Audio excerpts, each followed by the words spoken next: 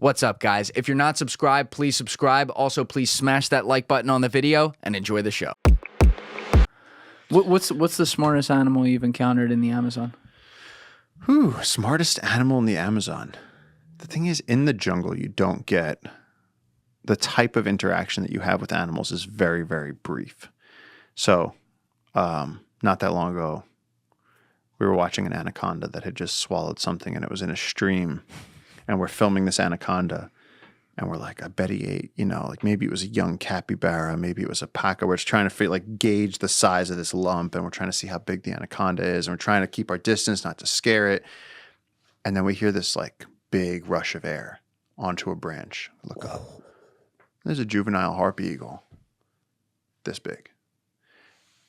Sits on the branch, pure white, looks right at us, looks at us, looks at the snake, looks at us, looks at the snake.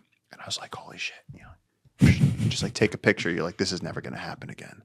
And then I took out my phone because I'm so sick of people being like, that never happened. Pixar didn't happen. So I took out my phone. Oh, fuck those people. No. Because you know what? It's everybody. After I did all the I'll take podcasts 400. I've been doing. I'll take that never happened for 400, Alex. Yeah, that. And I went to a family barbecue this year, and one of my uncles, my godfather, first thing he goes, but does any of this shit actually happen to you?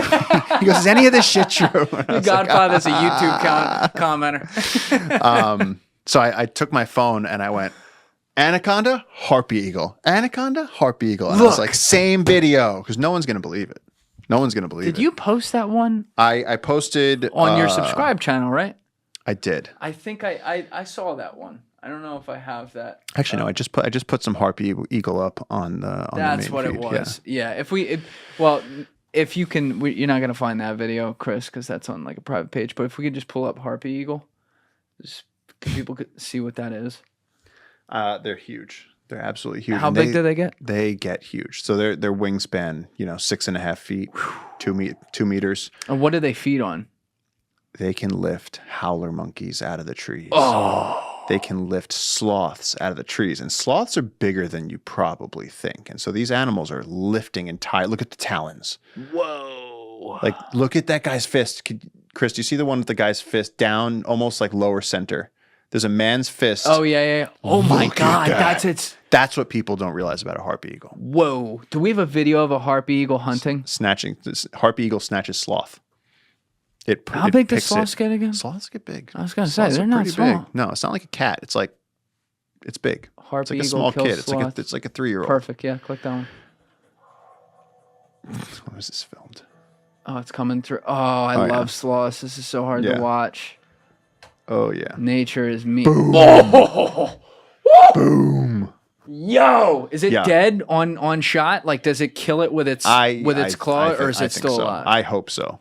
I mean, you saw the size of those claws. Imagine so imagine you're a sloth. You get just scooped. You're still alive, and now you're being dragged 200 feet in the air. Yeah, clawed to this eagle that's going to go.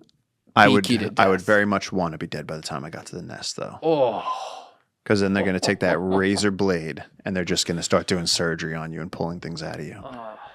No, they're savage. So they eat monkeys too? They eat monkeys, they eat sloths, they'll take whatever. I actually know someone, a local, who he was rehabilitating.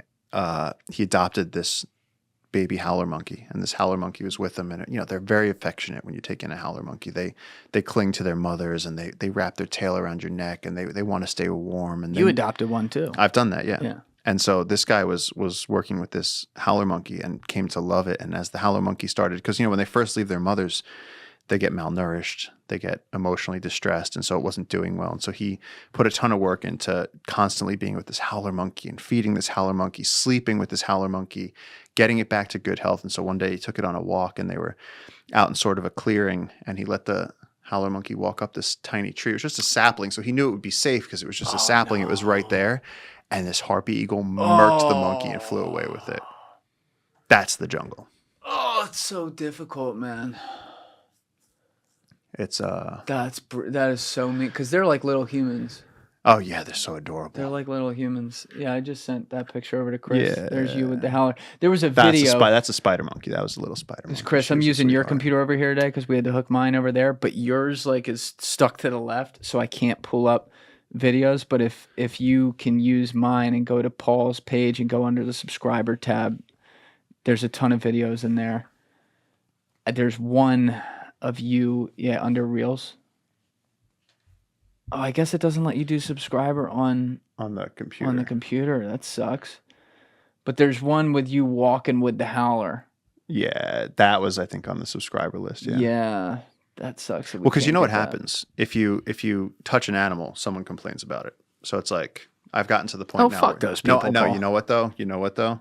Because then what happens is one of those people works on the board of whatever organization, and then they actually find a way.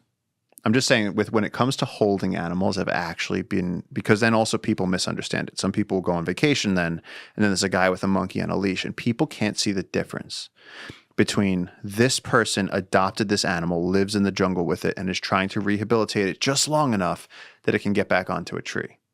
That's story A. They can't differentiate that or being at a resort and there's a guy on the beach that has some captive abused monkey on a leash. I'm going to take a picture with it so I can get a picture with a monkey. And so the people have a really hard time differentiating this is professional wildlife conservation work and I just want a picture with a monkey.